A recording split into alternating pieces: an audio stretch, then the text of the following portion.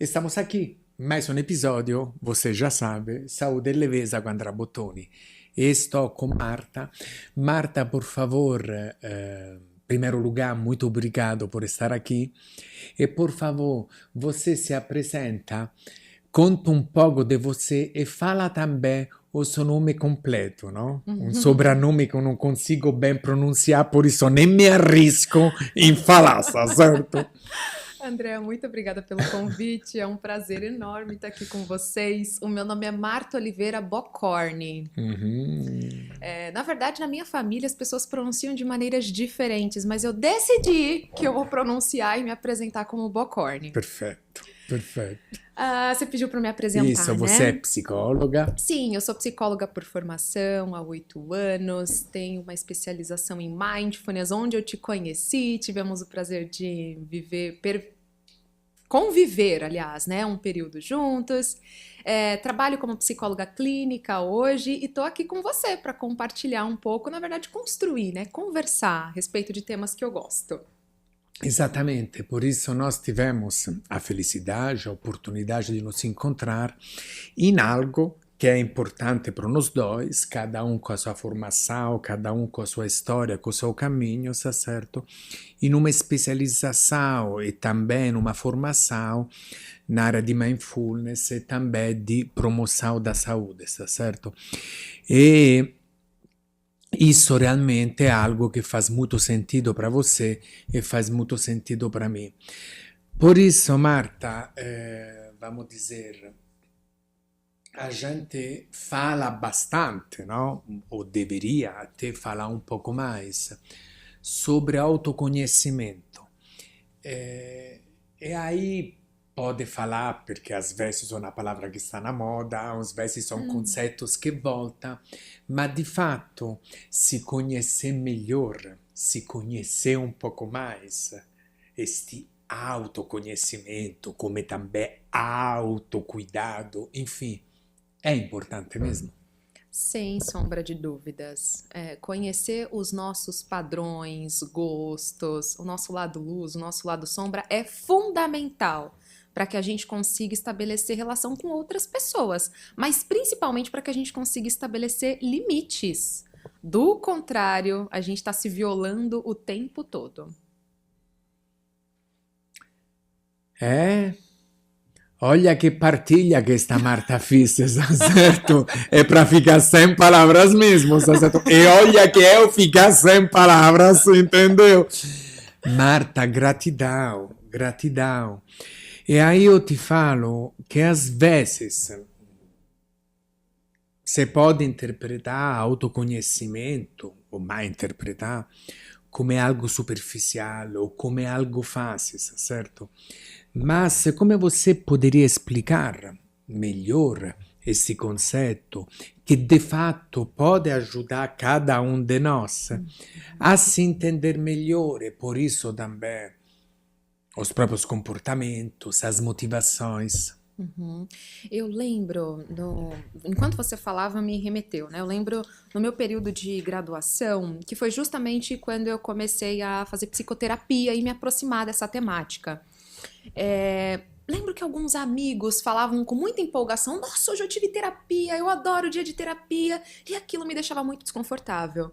Porque eu sempre saía da terapia mexida, chorando, incomodada com algum aspecto que a gente tivesse trabalhado. E lembro que eu perguntei para minha terapeuta na época: por que algumas pessoas falam tão bem da terapia e eu venho aqui e só fico me lamentando, chorando e às vezes repetindo os mesmos assuntos?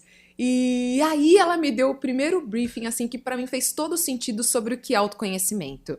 É uma montanha russa. E nessa montanha russa, cada um tá no seu ritmo, no seu patamar. Horas a gente tá lá em cima, horas a gente tá lá embaixo, horas tá de ponta cabeça. E assim a nossa vida vai se construindo.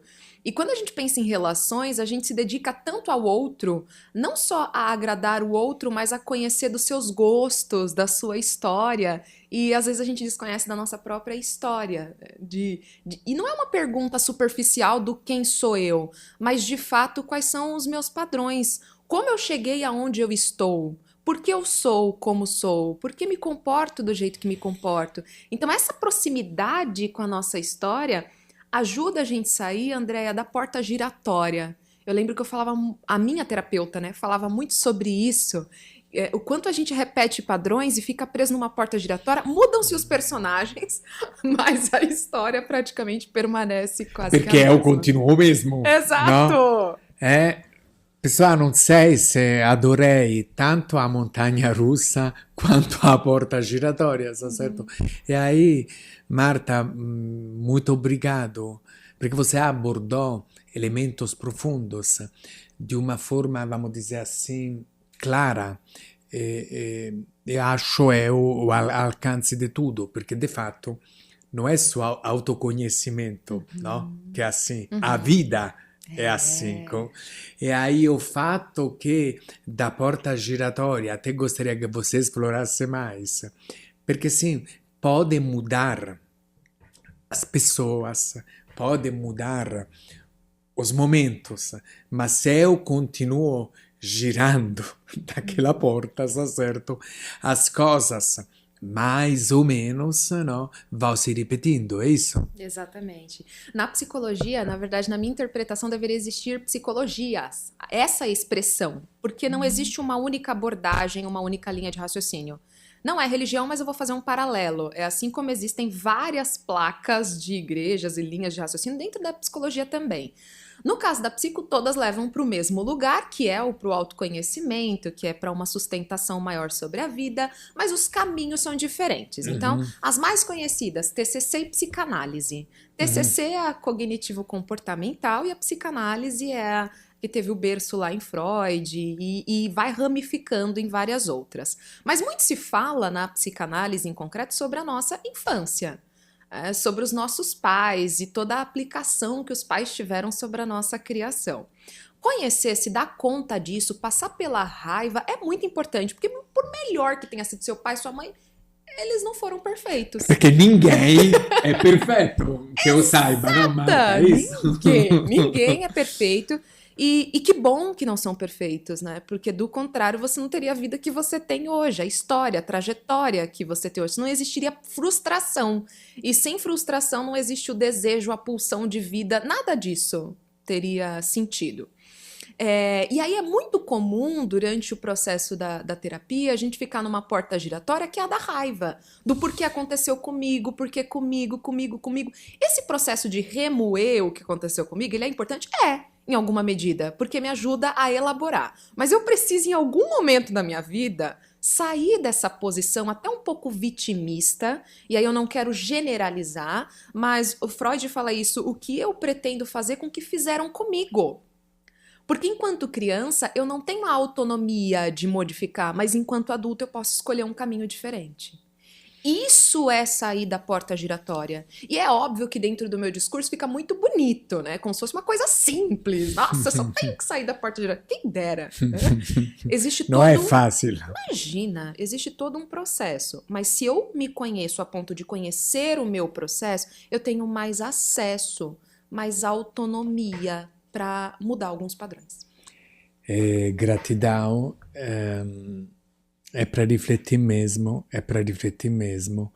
E de fato, o autoconhecimento pode auxiliar, não?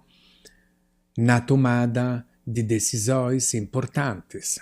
Tipo, evidentemente, é um exemplo, não é uma coisa, pum, vou sair da porta giratória, mas é um processo. Mas o autoconhecimento faz parte disso, certo? E aí, quando, per esempio, a gente pensa in escolhas di carreira, esempio, do ambiente strettamente profissional o di relacionamento, e também em fazer escolhas que sejam alinhadas aos valores, aos meus valores, aos valores de cada um de nós. Neste contexto, como entra e como auxilia o autoconhecimento? Auxilia em todos os sentidos, porque é fundamental eu me conhecer para tomar uma decisão mais assertiva. Então, eu vou usar um exemplo bem simplista, né? Cada um tem o seu jeito de funcionar. Então, tem aquelas pessoas que são mais matutinas, tem aquelas pessoas que são mais noturnas. E se eu consigo identificar essa característica em mim, que é comum que as pessoas consigam, eu posso tomar uma decisão sobre qual carreira seguir. Se eu vou de fato pegar um período mais noturno para trabalhar. Um outro exemplo, ainda falando do profissional, eu gosto de estar em evidência num sentido de gestão. Eu gosto de mediar relações, porque se eu não gosto disso, eu preciso buscar uma carreira que me leve numa direção um tanto diferente. Do contrário, eu dou murro em ponta de faca. Você ia falar alguma coisa? No, sto gesticulando come boa italiano, sta certo, e sto riflettendo, sta certo, por isso vamos dizer o meu jeito de te manifestar che sto prestando mesma atenção. Perfeito. E come o óbvio è trasformador, e è poderoso, che isso che você está falando è trasformador, è poderoso. Mas é também meio óbvio, tá certo, entendeu? É espetacular, entendeu? Exato. E aí, apesar de eu estar usando exemplos mais superficiais, isso vai entrando em camadas mais profundas. Exatamente, né? exatamente. Então, dentro da natureza de trabalho, a gente consegue fazer uma diferenciação. Todo mundo, independente da função, tem o trabalho planejado, que é aquilo que já está programado para acontecer, é uma agenda que eu tenho que cumprir. Tem o trabalho não planejado, que são os imprevistos do dia, que isso para qualquer área... Demandas que entram de última hora, Exato, por exemplo. do nada. E também todo mundo tem o trabalho definindo. O que é esse trabalho definindo? É um gerúndio. É o momento em que eu estou organizando as minhas atividades. Veja, ele não está planejado e nem não planejado, mas é o momento em que eu estou fazendo listas, que eu estou respondendo mensagens, que eu estou organizando uma agenda, que eu estou mandando informações para as próximas pessoas envolvidas. É onde eu estou organizando a casa, limpando o território. Né? Se uma pessoa é recepcionista e está super programada, mentalmente falando, né, para atender o público, ela está constantemente no não planejado, porque o hóspede não marca o horário para chegar. Ele vai chegando meio que aleatório, então ela para o que está fazendo e atende aquele hóspede. Se essa recepcionista, de repente, começa a atender com hora marcada, ela não é mais recepcionista, foi para alguma outra área e ela vai com hora marcada, ela pode se frustrar muito. Porque ela tem como referência o quê? O não planejado. Aquilo que simplesmente chegava e mudava a rotina dela. Isso faz com que essa profissional possa se frustrar. Todo mundo tem as 3 naturezas do trabalho, isso é indiscutível, mas às vezes existe uma que faz mais sentido para você.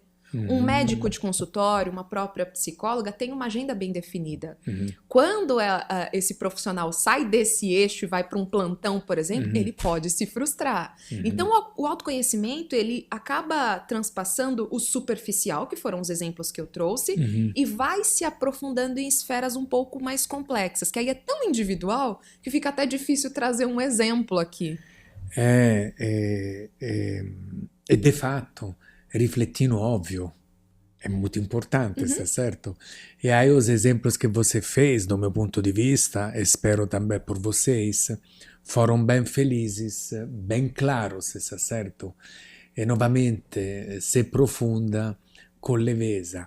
Aí eu te falo, Marta, autoconhecimento por isso não é um destino final, não é um ponto de chegada, não é, mas é um processo contínuo, ok? Até perché no?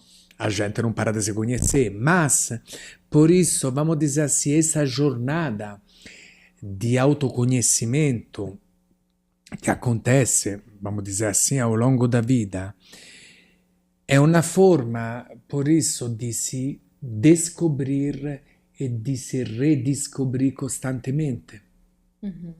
Se a gente pensar que cada um tem a sua interpretação sobre a vida, é como se a cada redescoberta a gente colocasse um óculos diferente, que nos permitisse ter uma visão além do alcance. Eu vou trabalhar com outro exemplo, Andréa, a marca da rejeição.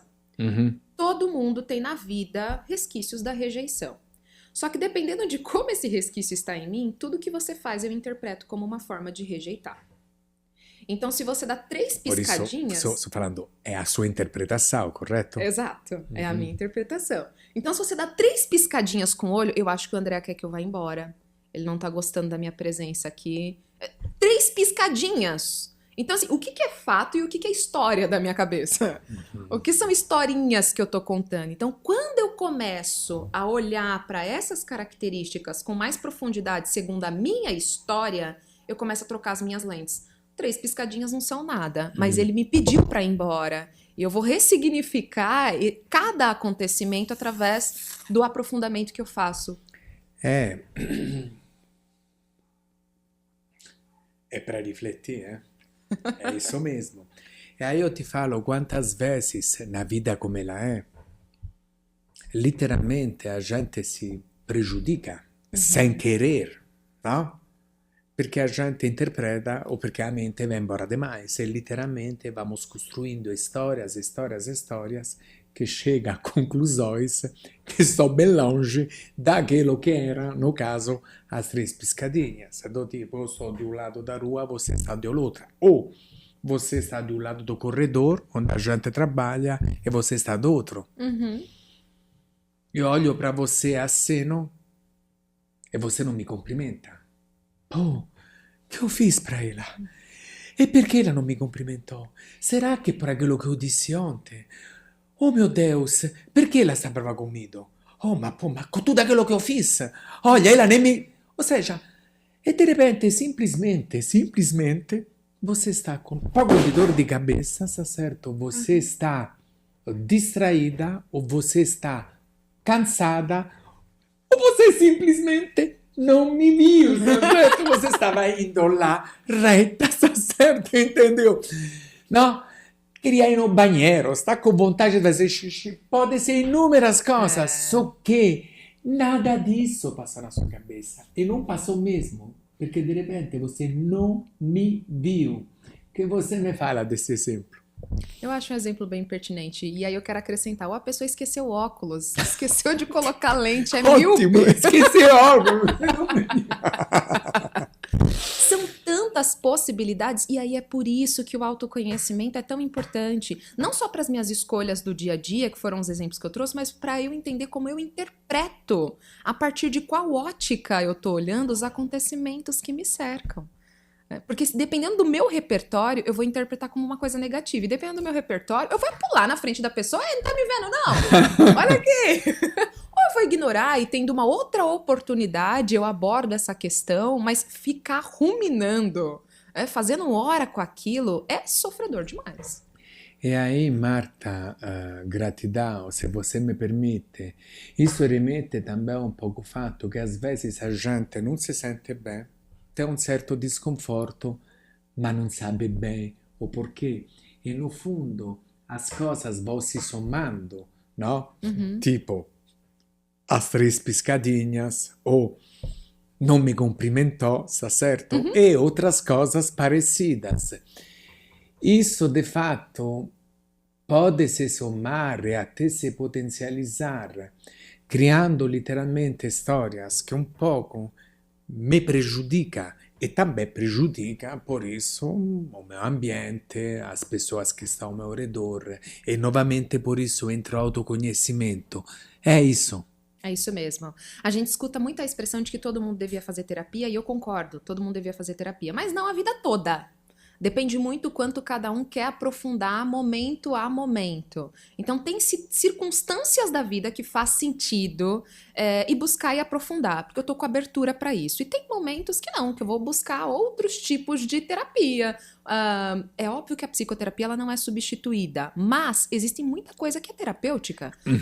A música, a nossa conversa para mim está sendo terapêutica, encontrar amigos e ter tempo de qualidade. Então, isso pode variar com muita frequência.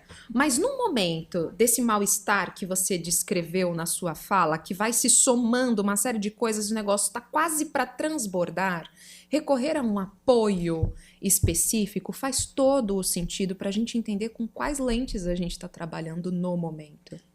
E também gostaria, muito obrigado, de fazer uma reflexão. Existe terapia formal, que aí pode ser diferentes coisas, mas existe um estilo de vida. Existe, vamos dizer, situações, opções, escolhas, claro, sempre lembrando que cada um tem a sua vida, tem a sua história e tem os seus desafios, que podem ser terapêuticas.